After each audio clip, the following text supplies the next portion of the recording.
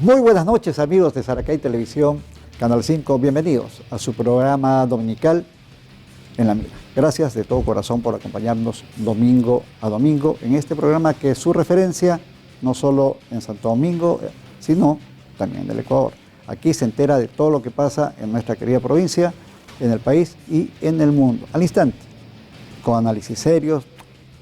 ¿Qué le voy a decir? Usted lo sabe, porque los domingos se siente en su casita, cómodo, y nos honra con su sintonía, que nos equivocamos, sí, algunas veces, quizás muchas, pero en eso está lo bueno, en que usted sabe discernir entre lo bueno y lo malo. Esta noche me siento complacido, sé que muchos de ustedes me van a envidiar, porque vamos a compartir con ustedes los conocimientos, las posiciones claras, diáfanas, de dos damas, dos profesionales, que nos van a hablar sobre la violencia en la política contra la mujer. Muchas personas dicen que eso es mentira o se niegan a reconocerlo, pero existe, clarísimo. Y hoy vamos a ver en qué consiste eso, cómo es que afecta a nuestra sociedad, cómo logran en algunos casos minimizar, crear problemas en las mujeres que como nosotros tienen el mismo derecho a funciones laborales, a cargos representativos, en todo sentido. Esta noche nos acompañan dos profesionales que son realmente de polendas. Permítame, lo tengo aquí en el celular porque es realmente interesante el currículum de ambas. Vamos a presentarles con mucho gusto, darle la bienvenida a Karina Ponce. Karina Ponce Silva, quien es economista de la UTPL, especialista en gestión de proyectos Flaxo, mediadora USFQ y diplomada en inclusión financiera por la CAF, presidente de MEGA, Mujeres, organización que promueve la defensa de los derechos de las mujeres, su autonomía, participación política y vida libre de violencias. Ex consejera suplente del Consejo de Participación y ex dirigente estudiantil en FEUPE y FEUTPL. Se ha desempeñado como docente y cuenta con experiencia en el sector público en el área de planificación y políticas públicas. ¿Cómo lo vieron? Y con la abogada Ana Gómez, quien es, además de abogada, ingeniera en contabilidad y auditoría, máster en Derecho Constitucional, especialista en Derecho Constitucional y Electoral, especialización en género, violencia y derechos humanos en curso, consultora de proyectos para prevenir y erradicar la violencia de género, coordinadora legal y de género de MEGA, litigio constitucional y electoral.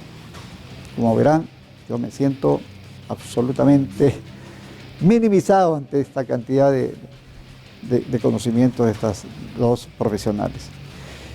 Bienvenida, Karina, muchas gracias por acompañarnos esta noche en su programa En la Mira. Quisiéramos comenzar hablando sobre la violencia.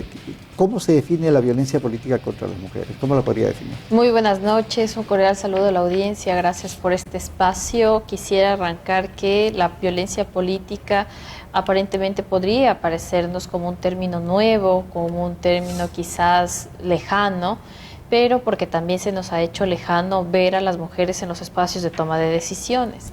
Recordará usted que cuando la República se constituye, arranca con la posibilidad que ciertos ciudadanos con capacidad para adquirir bienes, con alguna profesión o oficio, podían, y que obviamente sean varones, podían ejercer el voto. Tuvieron que pasar casi 100 años para que recién las mujeres podamos acceder al derecho al voto, y luego también de muchos años donde recién en el 97 se exige una participación de mujeres en las listas, y también en ese mismo contexto poder tener recién el derecho a la propiedad, a podernos divorciar, a transitar libremente sin permiso del marido, entre varias cosas en las cuales hemos ido buscando nuestra autonomía.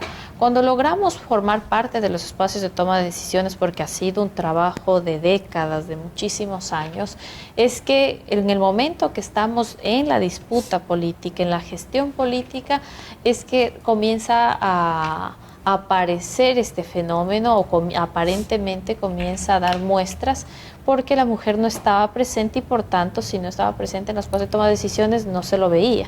Pero en el momento que comenzamos a arrebatarle una cuota a alguien que se beneficiaba, a un sexo que se beneficiaba de esta, y sobre todo si esta participación es autónoma, crítica, disidente, correcta, y del otro lado no se comulga con esos principios, por supuesto que va a ser incómoda y la respuesta va a ser minimicemos, amenacemos, generemos intimidación, y eso en concreto es violencia política. Ana Gómez, bienvenida. Muchas gracias por compartir esta noche de su ajetreado tiempo con nosotros. De verdad se lo agradecemos, ambas. ¿Qué tan difícil fue llegar a la situación en la que estamos, por lo menos desde el tiempo en que pues, la mujer solo tenía que salir acompañada por un varón, como aún ocurre en Kabul, en Afganistán? ¿Qué tan difícil fue llegar hasta estos momentos en los que la mujer en el Ecuador tiene un rol destacado en todos los aspectos de la sociedad? Bueno, muchísimas gracias por la invitación. En primer lugar, buenas noches a toda la audiencia. A ver, el Ecuador podría destacarse en el sentido de que ha sido uno de los países que no tuvo un acceso violento al voto de las mujeres. Recordemos que fue Matilde Hidalgo Lojana quien consiguió acceder al voto y permitirnos a nosotras también el acceso al derecho a elegir. Con respecto al derecho a ser elegidas, ha sido un largo transitar que todavía no termina. En realidad, el concepto de violencia política por razones de género en contra de las mujeres nace en Bolivia. Y Bolivia se vuelve pionero en la región. Y además la región de Latinoamérica se vuelve pionera a nivel mundial. Empiezan a discutirse estos temas. ¿Y por qué Bolivia se vuelve pionera? Porque en Bolivia una lideresa indígena que fue elegida como concejal fue asesinada. Pero fue asesinada después de sufrir un montón de violencia, de otros tipos de violencia, de acoso político, de que se le obligaba a votar de tal o cual manera, de que se le relegaba de las sesiones del consejo, de que el mismo alcalde y los concejales querían que renuncie a su cargo. Frente a su resistencia precisamente a mantener su voz firme, ella es asesinada. Se llama Juana Quispe y cualquiera puede encontrar su historia. Y a través de esto empieza a hablarse ya de violencia política por razones de género, porque aparte de todo ya era una mujer indígena, lideresa indígena que llegó a un cargo que no debía estar. Entonces, la doctrina dice que este tipo de violencia se da, por ejemplo, porque las relaciones de poder son desiguales y porque nos tratan de regresar al lugar que piensan que nos pertenece, que es del privado. Nosotras no debemos estar aquí dando entrevistas, nosotras debemos estar en casa cuidando de hijos nada más, o sea, es nuestro único destino.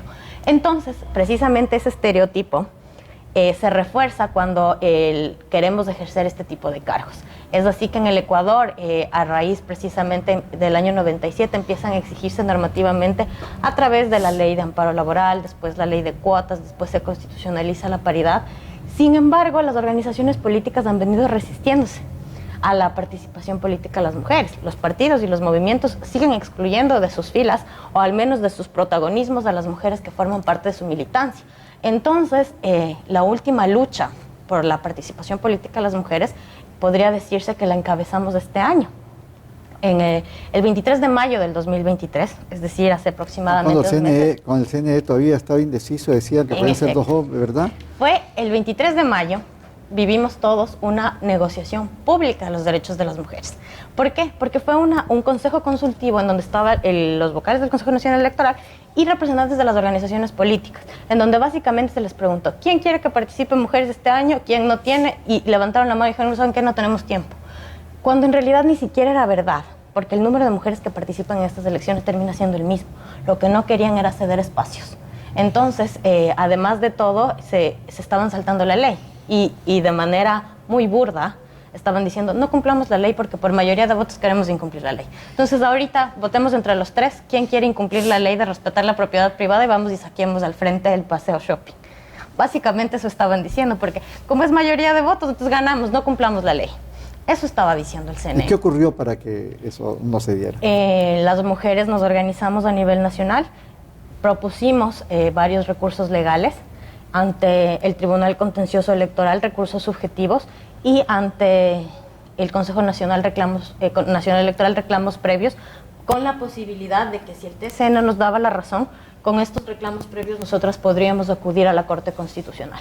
Si bien es cierto, el reclamo y la Corte hubieran actuado de manera posterior, La única salida inmediata que teníamos era la respuesta del Tribunal Contencioso Electoral, que beneficiosamente nos dio la razón, y por eso hubo un cambio en el calendario electoral, donde se les dio más tiempo a las organizaciones políticas para la reinscripción de sus binomios, porque ya habían 2 binomios de inscritos 100% masculinos, y además para la correcta inscripción de sus listas para la Asamblea Nacional, promulgando precisamente el 50-50 en el encabezamiento de listas. Interesante porque cuando se convocó al proceso electoral, se daba por hecho que podían ser o 2 varones o 2 mujeres o como fuera, no era de obligatorio cumplimiento la ley, pero se sentó precedentes, gracias a, como usted lo acaba de decir, Ana, a una decisión del contencioso electoral. Pero ¿qué hubiese podido pasar, Karina, si hubiese esperado al Tribunal Constitucional? Bueno, hay que partir de un elemento que es que nuestros países en Latinoamérica, en el Ecuador, carecen de un respeto al Estado de Derecho y también cuentan con instituciones muy débiles, instituciones democráticas en las cuales, a pesar de ser constituidas por integrantes de manera colegiada, es decir, el Consejo Nacional Electoral tiene 5 consejeros, es decir, en el caso que la señora presidenta Diana Tamaint se hubiese equivocado en las declaraciones, en el punto de vista, hay 4 otras personas en las cuales pueden objetar y señalar sus puntos de vista de manera argumentada y decir, estamos violentando la ley, esto no es adecuado, hagamos los correctivos respectivos, e inclusive las mismas organizaciones políticas señalando, hay un código de la democracia sobre lo cual establece esto, nosotros indistintamente de la posición errónea que han tomado vamos a inscribir de esta manera los binomios, nadie dijo o nada. Las mujeres de los partidos. Yo no sé si decir nadie dijo nada, eso no es correcto, porque sí, hubieron mujeres de todo el país. No, me refiero a las organizaciones políticas. Claro, no, hubieron 2 organizaciones políticas que sí se objetaron, que fue Unidad Popular y fue Pachacutic. Ellos sí mencionaron en este consejo consultivo que estaban en desacuerdo de la posición que estaban tomando. Entonces, en ese sentido, lo que quiero comentarle como punto de partida, ante débiles instituciones democráticas y ante una cultura de irrespetar el Estado de Derecho de ahora, estamos de acuerdo, como decía mi compañera, como tenemos mayoría, tú y yo no vamos a avanzar, entonces hagamos un pacto de impunidad. Con ese tipo de consideraciones, si no hay ciudadanía activa que impulse, que reconozca, que alce la voz, genere propuesta, eso sí, el reclamo siempre va con propuesta, si no termina solo siendo queja. Y en ese sentido es que la propuesta aquí obviamente es la respuesta, en este caso en el marco de la ley, que fueron los 3 recursos subjetivos presentados en el contencioso electoral para poderle poner a la autoridad electoral y decirle, esto establece la norma, estas son sus competencias y esto debe realizarse en este momento. Los jueces obviamente hicieron un análisis de acuerdo a cómo corresponde y determinaron en función lo que la ley nos asistía. ¿Qué es aquí lo importante que para darle este mensaje a la ciudadanía? Cuando la autoridad pública se siente observada, actúa mejor. Pero cuando la autoridad pública se siente altamente observada, actúa con celeridad, con ética y de acuerdo a lo que establece la ley. Y eso fue lo que ocurrió. Había un movimiento de mujeres organizado, activo, preocupado, vigilante a cada actuar de los jueces del Tribunal Contencioso Electoral. Por tanto, los jueces no tuvieron otra respuesta más que cumplir con la ley, y la señora Diana Tamaint, beneficiaria de la paridad junto a las otras 2 consejeras, con sus vocales consejeros varones José Cabrera y el señor Enrique Pita, ni siquiera propusieron apelar la decisión del TC. Entonces, los ecuatorianos y ecuatorianas tenemos la capacidad de frenar los abusos de poder cuando nos interesamos de lo público. Interesante porque era muy extraño que, siendo el CNE dirigido por una mujer, pues no le ha dado el cumplimiento a la ley. Vamos a ir a una pausa comercial, amigos, y al retornar estaremos conversando sobre las distintas formas de violencia política contra la mujer con Karina Ponce Silva y Ana Gómez. Ya volvemos. Amigos de su programa En la Mira, estamos conversando sobre el tema de la violencia política en contra de la mujer con Karina Ponce Silva y Ana Gómez. Antes de irnos a esta pausa comercial, habíamos dicho que nos gustaría conocer de forma detallada las distintas formas de violencia política en contra de la mujer. Ana, ¿es tan amplio estas formas de violencia? Sí, bueno, en realidad la violencia política por razones de género en contra de la mujer tiene que abordarse inicialmente desde un ámbito doctrinario, en donde se empieza a desarrollar este tipo de violencia asimilándolo a la violencia física, la violencia psicológica, la violencia económica que sufren las mujeres, pero y a la violencia simbólica también. Sin embargo, cada cuerpo normativo en cada país ha adoptado diferentes formas de sancionarlo. El caso ecuatoriano, por ejemplo, desde el 2020 tipifica a la violencia política en contra de las mujeres como una infracción electoral muy grave dentro del Código de la Democracia. El artículo 279, en su numeral 14, establece que es una infracción muy grave y establece las sanciones que van de 2 a 4 años con la pérdida y suspensión de los derechos políticos, la destitución del cargo y una multa establecida también en la norma, pero el 280 establece 13 causales. Entonces, podría decirse que al día de hoy, obviamente se va aprendiendo en la práctica, estas causales inclusive pueden quedarse cortas para todas las cosas que se viven. Sin embargo, la violencia política puede ser articulada de diferentes campos de jurídicos, ¿no? De hecho, en el año 2011 aquí se discutió el hacer una ley exclusiva que sancione la violencia política y que tenga ámbitos penales, que tenga ámbitos electorales, que tenga ámbitos administrativos. Entonces, actualmente nuestra normativa es únicamente electoral. Sin embargo, eso no quiere decir que no dé frutos. En efecto, gracias a esta normativa hemos tenido ya sanciones ejemplares. Hemos tenido la destitución de 3 alcaldes, de un presidente de una junta parroquial. Hemos cambiado inclusive el precedente para la forma de presentación de la denuncia. Pero estas 3 causales, como lo decía, se quedan cortas y van desde las amenazas de intimidación para que la mujer en el ejercicio del cargo o en campaña política deje de hacer ciertas cosas. Van también a la restricción de la forma en la que tienen que hacer su trabajo. Si yo le quito los materiales, si le quito el equipo de trabajo, si le quito el internet, si le quito la oficina, es una violencia política que ya se encuentra tipificada. Si yo no le doy información porque es concejala, vicealcaldesa y está ejerciendo una labor de fiscalización, o a las viceprefectas, lamentablemente les suele suceder esto, que ni siquiera les quieren dejar ejercer su cargo como consejeras, como fiscalizadoras, y se les niega información. Eso también es violencia política por razones de género, cuando se da de 2 vías. Por ejemplo, la primera, cuando se da en contra de una mujer por ser mujer. Esto pasó mucho en los consejos municipales antes de estas elecciones previos del 2019 al 2023, porque todavía habían muy pocas mujeres electas. Esta vez podemos ver que podría decirse que se ha aumentado la cantidad también de mujeres en la participación política y las que terminaron electas. Pero también se da cuando la violencia puede darse en contra de hombres y mujeres, sin embargo en las mujeres tiene un efecto desproporcionado, como lo fue en el caso del presidente de la Junta Parroquial, que trató de hacer un proceso ilegal de remoción en contra de 3 vocales, 2 hombres y una mujer. Este proceso fue desconocido por el TCE por irregular, no lo dieron paso.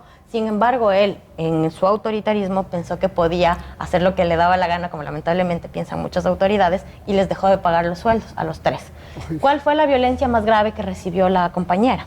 Ella estaba embarazada y tenía un embarazo de alto riesgo. Por lo tanto, la violencia que ejerció en contra de ella al dejarle de pagar sus sueldos, que pudo haber sido reclamada y fue reclamada a través de los sueldos y el pago a través de una garantía jurisdiccional, se convirtió en violencia política porque lo que quería es que ella deje de protestar, lo que quería es que ella deje de fiscalizar, que ella deje de trabajar y se vaya de la junta parroquial.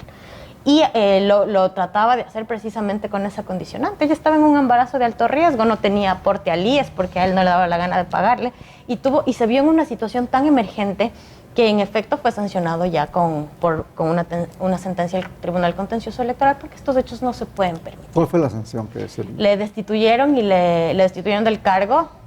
Le suspendieron los derechos de participación política por 2 años, es decir, este señor en estas elecciones ni siquiera puede votar. Y se le puso una multa también de, si mal no recuerdo, más o menos $10,000.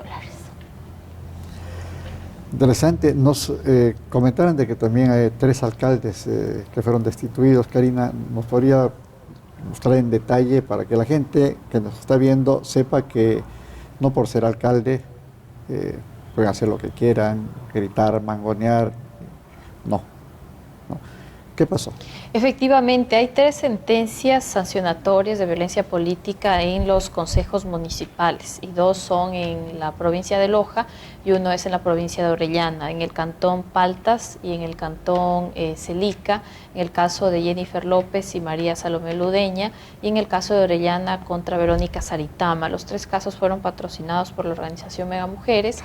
¿Y qué es lo que ocurrió dentro de estos casos? Bueno, los 3 comparten una particularidad y tienen sus características propias también, y es que las mujeres que hice mención fueron electas dentro, obviamente, del proceso de elección popular, pero al momento de la designación del vicealcalde, conforme manda la norma, si que debe existir alternancia, tenía en este caso, eligieron los consejos municipales a las vicealcaldesas y por tanto en el caso de Paltas y Celica había una única mujer y fueron electas tanto María Salomé Ludeña y Jennifer López respectivamente sus municipios como vicealcaldesas, y en el caso de Orellana de Verónica Saritama, en este caso habían más compañeras mujeres dentro del consejo municipal, pero dada su actitud de autonomía y de cumplimiento de sus atribuciones de fiscalizar y hacer control político al alcalde, porque obviamente los electores confían en que quienes fueron electos van a precautelar el buen uso de los recursos públicos. Ellas fiscalizaron ciertas obras en las cuales había una erogación importante de recursos y que había muy pocas respuestas de transparencia o de motivación respecto de cómo se está haciendo la obra, costo de materiales, entre otras consideraciones, de las cuales generaron incomodidad a los alcaldes. Entonces, porque se supone que los alcaldes utilizan la figura del ser el representante del municipio, obviando que hay un consejo municipal, para que sea considerado casi como el rey del cantón. Entonces, aparte del consejo municipal, hay otros organismos que lo vigilan, la Contraloría puede estar sujeto a que la misma Fiscalía lo investigue, entre otras consideraciones. Entonces, cuando estas mujeres comienzan a fiscalizar los actos del poder público, y el lema popular es bastante sencillo: quien nada debe, nada teme, pero si hay obviamente otro tipo de respuestas o motivaciones dentro de esas obras públicas, la forma de cómo evitar que sigan permeando la investigación sobre esto es arrinconarlas, generar todo este tipo de acoso, quitarles los bienes públicos, entre otras consideraciones, para hostigarlas, desanimarlas y hasta inclusive conseguir que renuncie.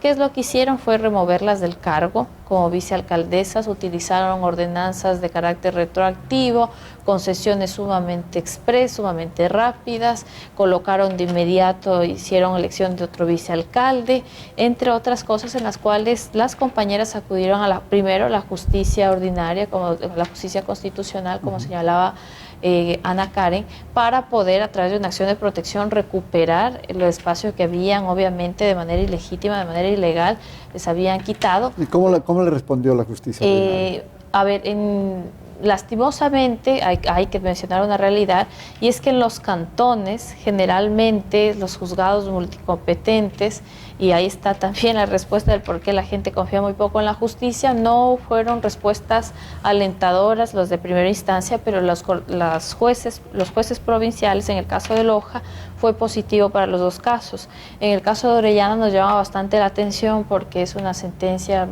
muy poco coherente en función a los alegatos presentados, a lo que aconteció. Llama mucho la atención ese tipo de fallos, los cuales hemos observado que no tenemos una posición de acuerdo alrededor de eso, pero en cambio el Tribunal Contencioso Electoral reconoció que había violencia política, y en el caso de Orellana con un factor adicional que es bastante delicado, y es el intrometerse dentro de la vida privada de una mujer. O sea, una autoridad pública tiene que responder por sus actos como autoridad pública. El alcalde lo que hizo fue en un evento público señalar que la señora concejala y vicealcaldesa tenía relaciones íntimas con tal y cual en pleno evento público. Entonces, eso obviamente es totalmente reprochable, y habían otras. Quizás el tiempo no nos alcanza, pero habían inclusive observaciones por parte de la Defensoría del Pueblo, decía un exhorto: tengan la bondad, bajen esa publicación donde se dice de manera pública, y al contrario una resistencia a hacerlo, porque saben que en el fondo mientras más llegue la afectación puede provocar que ojalá renuncie, que esa es la ilusión del que hace violencia política. Y las autoridades que incurrieron en estas faltas, ¿continúan? ¿Han sido suspendidas? No, fueron destituidos, tuvieron estas sanciones que hizo mención mi compañera, que fue la destitución del cargo, en este caso de alcaldes, también la suspensión de los derechos políticos, una imposición de una multa. Cabe señalar que esta multa no va a las arcas de las mujeres que denuncian, sino del Consejo Nacional Electoral, la obligación de emitir disculpas públicas y también de poder realizar un proceso de capacitación sobre el tema a los servidores públicos, con el ánimo de generar estas medidas de reparación que eviten que este tipo de circunstancias se vuelvan a generar. La concejal Liliana Silva ha sido electa en este último proceso electoral, presentó una denuncia en contra del alcalde Wilson Erazo por violencia política. No sé si ustedes tienen conocimiento del caso. ¿Creen que su denuncia está tipificada dentro de los preceptos de violencia política? Ana. Bueno, lo que hizo la concejala Liliana Silva no lo hizo ante el Tribunal Contencioso Electoral, en primer lugar. O sea, quisiera aclararlo porque el único órgano competente ahorita, como lo acaba de mencionar, a nivel nacional, para sancionar este tipo de violencia a nivel jurisdiccional electoral es el TCE. Sin embargo, lo que hizo fue poner en conocimiento la misma comisión de mesa para que haya un tipo de sanción administrativa dentro del propio Consejo Municipal. Esto es algo que no se ha dado antes, sin embargo, sí se puede dar. En el sentido de que cada municipio obviamente maneja a través de sus ordenanzas la forma en la que se sanciona los actos que no van acorde a la norma. Y en las ordenanzas que tiene el Consejo Municipal de Santo Domingo se establece, por ejemplo, que ya existía una ordenanza para sancionar la violencia, todo tipo de violencia dentro del Consejo Municipal. Entonces, con base en esa ordenanza, la concejala intentó que sea la misma comisión de mesa quien sancione este tipo de actitudes. Pero parece que no hubo respuesta, ¿no? En efecto, si es que ella no tuvo respuesta, lo que conocemos que ha hecho en este momento es plantear precisamente una reforma a esta ordenanza para que se introduzcan sanciones netamente por violencia política por razones de género, lo cual es destacable porque si hay algo que, si bien es cierto, nosotros hemos patrocinado los procesos de sanciones por violencia política por razones de género y nos especializamos, hacemos litigio estratégico en esto, nosotras consideramos, porque también trabajamos en otros ámbitos de participación, de promoción política de las mujeres, nosotras consideramos que la prevención es la única vía en realidad para erradicar este tipo de violencias. Y para eso es necesario mantener una agenda que promueva nuestros derechos, porque como lo manifestamos en el corte, el hecho de que una mujer esté al frente o que esté vicealcaldesa o que esté alcaldesa de prefecto no garantiza que nuestros derechos sean tomados en cuenta, porque hemos sido nosotras también criadas en este mismo sistema de dominación y sumisión hacia las mujeres, y hay veces que mujeres llegan con ese mismo pensamiento no a ejercer su propia toma de decisiones, sino a responder a X o Y patriarca que está detrás de ella, ¿no? Entonces, ¿qué es lo que se propende aquí? Que exista una agenda de mujeres que tope nuestros derechos, y eso es lo que podría decirse que está haciendo en este momento la concejala Liliana Silva encabezando, por ejemplo, este tipo de reformas.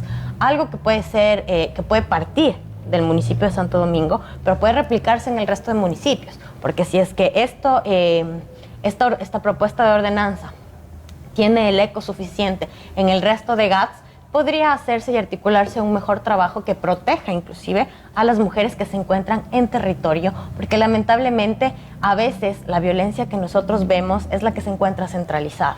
Pero en territorio, en cantón, nosotros vivimos muchísima más violencia y es lo que es necesario que se visibilice y que se sancione desde donde se encuentren las mujeres ejerciendo sus cargos de toma de decisiones. O sea que si la concejala Liliana quisiera escalar en su reclamo de justicia, ¿tocaría hacerlo ante el Tribunal Contencioso Electoral? ¿Me dicen eso? Efectivamente, el Tribunal Contencioso Electoral es la instancia a través de la cual resuelve los casos de violencia política, las denuncias, y aquí es algo importante señalar que es únicamente con denuncia. El Tribunal Contencioso no actúa de oficio, es la persona quien de manera voluntaria, de manera conocedora de los hechos que le han sucedido, patrocinada o asesorada, acompañada, inclusive lo menciona puede presentar este tipo de recurso ante el Tribunal Contencioso Electoral. Como decía mi compañera, saludamos que este tipo de iniciativas comiencen a tomar fuerza al interior de las entidades como es el municipio, porque es una forma de resolver este tipo de manifestaciones que generan obstáculos a la participación política de manera previa. Si se generan sanciones a la interna, obviamente son frenos previos que se generan para evitar que esta violencia escale y terminemos con procesos a través de los cuales las mujeres terminan totalmente desmotivadas de sus derechos políticos como tal. Entonces, ojalá Santo Domingo dé ejemplo al país y reconozca una reforma presentada por la concejala Liliana Silva donde considere mecanismos alternativos que, insistimos, no los hay ahora en el Ecuador, pero que podría ser un principal ejemplo para desde casa ir corrigiendo las malas conductas. Bien, amigos, nos toca ir a otra brevísima pausa comercial, ustedes lo entienden, ¿verdad? Y luego retornamos con Karina Ponce Silva y Ana Gómez, quienes nos están dando una lección clarísima sobre lo que es la violencia política contra la mujer. Ya volvemos.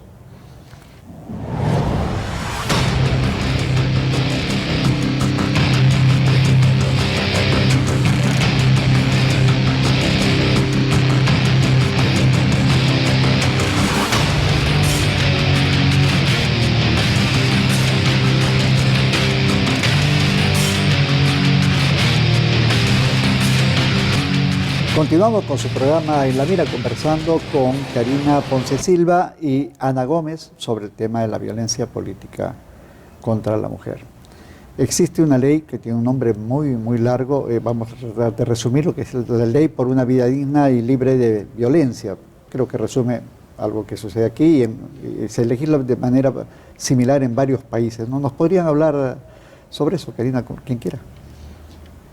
Bueno, en el Ecuador ya esta normativa existe desde hace muchísimos años. Obviamente la legislación de 2018 lo que fue recoger de manera integral qué es lo que debe, cuál es el cuerpo normativo que debería orientarse para prevenir la violencia hacia las mujeres. Es una ley de carácter bastante preventiva, pero una ley que carece de recursos, una ley que define de manera clara la participación de las instituciones que forman parte del Sistema Nacional de Protección de la Vida de las Mujeres, que tiene clarísimo cómo debe operar tanto la justicia, educación, cómo debe operar cada una de las instituciones, pero que en la práctica ese diálogo y funcionamiento no se genera de manera sencilla. ¿Y esto por qué razones? Primero, si bien hay un factor presupuesto que es sumamente relevante, las buenas intenciones no solo se cubren de poesía, de abrazos, que es parte, pero también requiere recursos. Si usted quiere prevenir que las mujeres de los barrios más afectados, rojos, no sigan habiendo muertes violentas a las mujeres, no sigan generándose casos de incesto, no se generen embarazos prematuros, violaciones sistemáticas en los establecimientos educativos, eso requiere personal capacitado, competente, sensibilizado de este tipo de problemática. ¿Y cómo se capacita a la gente? Con los mejores profesionales, y esos profesionales no le van a hacer gratis ese trabajo, entonces eso cuesta. Los procedimientos a través de los cuales debe operar el sistema de justicia, de educación, para que brinden servicios de acceso de diferentes tipos, especialmente los de acceso a la justicia, cuesta también porque nos implica mejorar la calidad, que una unidad judicial tenga una cámara de GESEL, entre otras cosas, pero también requiere innovación y decisión política por parte de las autoridades. Por ejemplo, los gobiernos autónomos tienen un Consejo Cantonal de Protección de Derechos. Ese consejo tiene que tener una Junta Cantonal de Protección de Derechos que da medidas de protección. Y esa junta debería dar sus medidas de manera expedita. ¿Cómo es esto? Con una computadora, internet y firma electrónica. La pregunta es, ¿Santo Domingo cuenta con una Junta Cantonal de Protección de Derechos exclusiva para el trabajo de protección de derechos? ¿O de repente el que está a cargo de la Junta también le tienen en la tesorería, o le tienen de delegado del despacho por aquí, o le tienen apoyándole al departamento de comunicación? Porque eso también ocurre. quienes están dentro de la Junta Cantonal de Protección de Derechos a veces ni tienen ni oficina. Entonces llega la víctima a pedir la medida y resulta que casi está en servicios municipales contando toda la historia que le ha acontecido.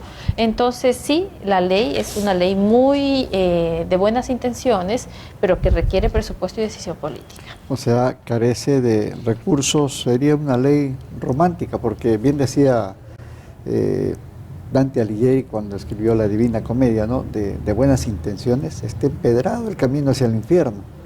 ¿Es una ley romántica? Podría decirse. ¿Por qué? Porque es una ley que, en primer lugar, no tipifica delitos, es algo que hay que aclarar. Esta ley define, por ejemplo, 8 tipos de violencia. Sin embargo, estos tipos de violencia la ley no los puede sancionar porque no es una ley sancionatoria. Para tipificar y sancionar delitos de infracciones y contravenciones en sí está el COIPA.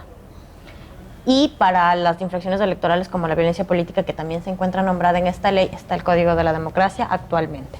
Entonces, ¿qué hace esta ley? Da definiciones, da órdenes para seguir políticas públicas que se tienen que generar, crea un sistema de coordinación precisamente para la prevención y la erradicación de la violencia en contra de las mujeres, en donde se supone que deben actuar las instituciones públicas de manera articulada. Entonces establece obligaciones para el sistema de salud, establece obligaciones para la policía, para el Consejo de la Judicatura, para la Defensoría Pública, para los GAT. Sin embargo, si es que estas instituciones, en primer lugar, no tienen conocimiento de cuáles son sus obligaciones, ¿cuándo se van a cumplir?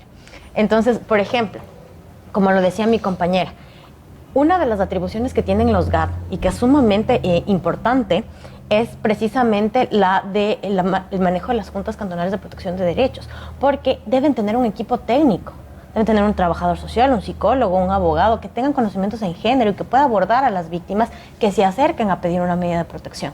Pero esto requiere voluntad política. En el caso de la ciudad de Quito existen 5 juntas de cantonales de protección de derechos, pero en la ciudad de Guayaquil, que podría decirse equipara en cantidad de gente inclusive, existe una. Entonces, ¿cómo nosotros podemos garantizar precisamente que las víctimas tengan ese acceso si no existe la voluntad política del GAD? Y a eso es a lo que yo iba, por ejemplo, con la agenda por los derechos de las mujeres. En cada GAD se supone que ahora tenemos nosotras a nuestras representantes. Entonces, ¿qué se espera de estas representantes? Que precisamente asuman estas competencias que les da la ley. Porque, en efecto, existe una norma, pero si la norma está de adorno, si yo no conozco lo que dice la norma, y si a mí no me interesa implementarla, simplemente no se cumple y la ciudadanía se ve afectada porque a fin de cuentas yo estoy ejerciendo un cargo que no se está desempeñando de la manera que debería. Esta norma, por ejemplo, inclusive incluye la existencia de un sistema, de un registro único de víctimas de violencia para evitar que primero se traspapele, que las personas tengan que contar una y otra vez su historia en otros lugares y que precisamente para evitar la revictimización. Pero este sistema tiene que funcionar de manera coordinada y si alguien viene a la junta del GAD, esa información ya debe estar automáticamente para la Fiscalía, para el Consejo de la Judicatura y ella ya no tenga que repetir su historia. Pero si esto no pasa, si la Junta no tiene conocimiento de que el Consejo de la Judicatura ya desarrolló un módulo para poder enviar estas medidas de protección, no se capacitan, no tienen la computadora, las cosas a fin de cuentas siguen retrasándose. Entonces, como usted lo dice, de buenas intenciones está empedrado el camino al infierno, en realidad, como lo dijo Dante. No se puede simplemente establecer en letra muerta lo que debe ser política pública. O sea, es una ley, es una buena ley. Muy buena ley. Pero ¿qué queda en eso? ¿Cómo hacerla aterrizar entonces? Por ejemplo, si este programa llega a ver el señor alcalde... Con seguridad lo va a ver. Con seguridad, qué bueno.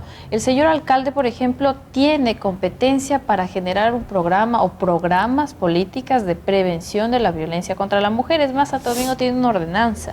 ¿Y qué implica hacer un programa de prevención?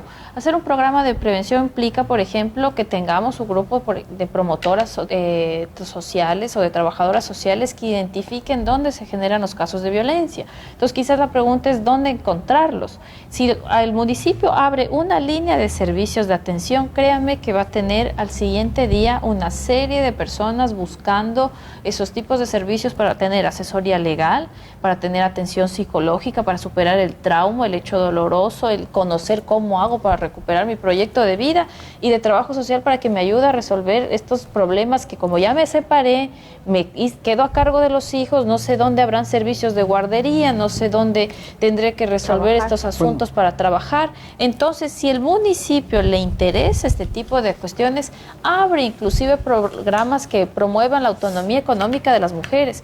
Uno de los problemas que la población tiene, sin lugar a dudas, el empleo, que es una competencia directa del Ejecutivo. Pero como municipalidad yo puedo abrir líneas en las cuales hay oficios donde la población concentra las capacidades o puede generar medios alternativos de vida, las panaderías, porque la gente son oficios en las cuales inclusive en casa elabora postres, pasteles, se entrega a domicilio y son formas que no terminan siendo formales del todo, pero son caminos iniciales para comenzar a adquirir autonomía económica.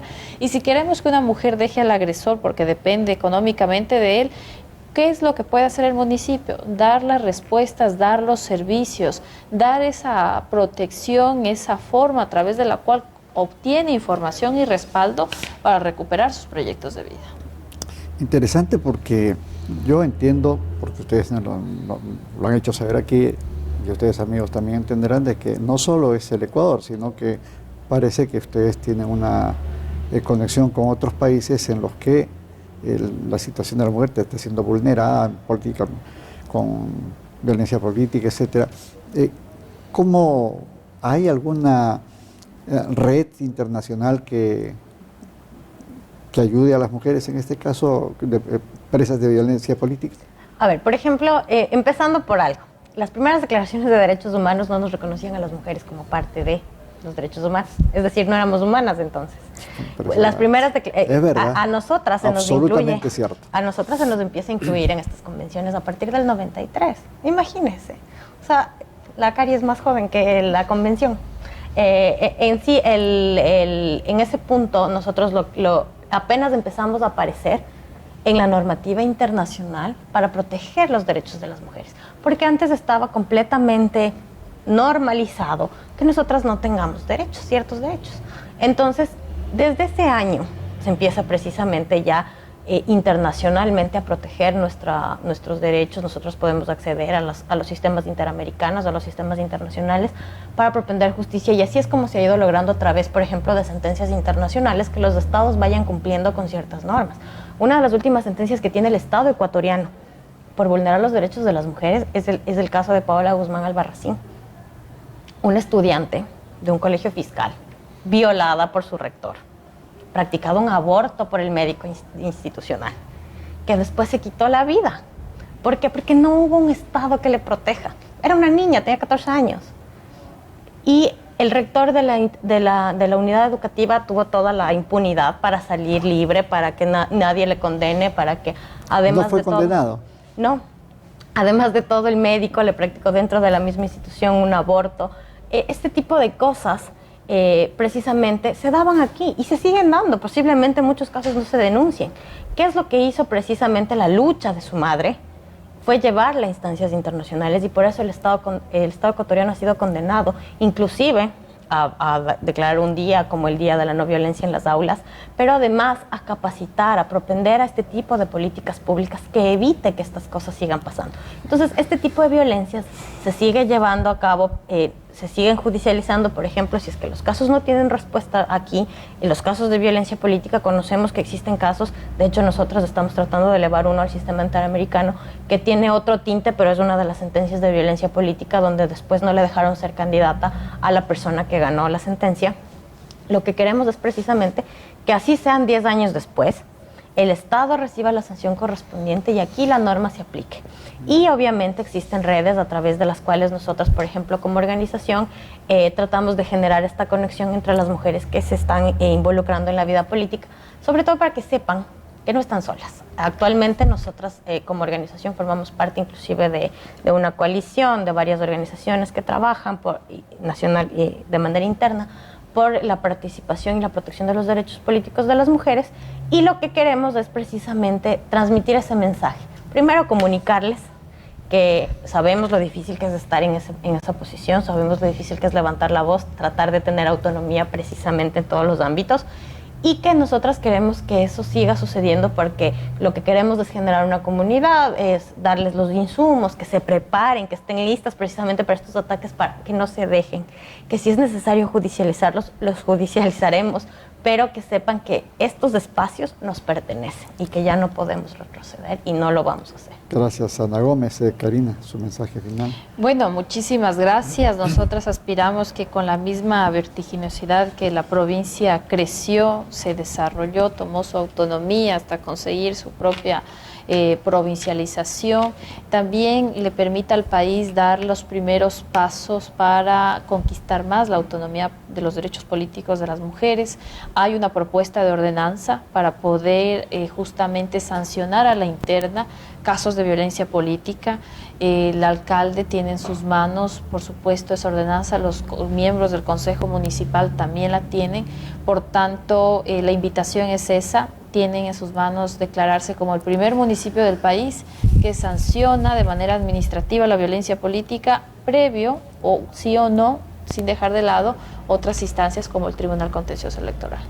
Muchas gracias, Karina. Amigos, ustedes y yo coincidiremos en que esto ha sido un conversatorio muy enriquecedor. De verdad les agradecemos a través de Saracay Televisión y su programa En la Mira, a Karina Ponce y a Ana Gómez por habernos abierto los ojos, habernos sensibilizado y habernos hablado con esa claridad con que las mujeres hablan y dicen las cosas. Y decirles que no están solas. Siempre que lo requieran, estamos aquí para servir de vehículo, para que ustedes en su casa, en sus hogares, en sus comunidades, entiendan y se hagan eco de estas informaciones que son realmente innovadoras, que son sobre todo justas y que hay que exigir que se cumplan. Muchas gracias, Karina, muchas gracias, Ana, y amigos, a ustedes les agradecemos por su sintonía. Nos despedimos hasta el próximo domingo a la misma hora, pero los dejamos con su programa El Bolígrafo Rojo con Fabio Velastegui. Nos vemos el próximo domingo. Chao.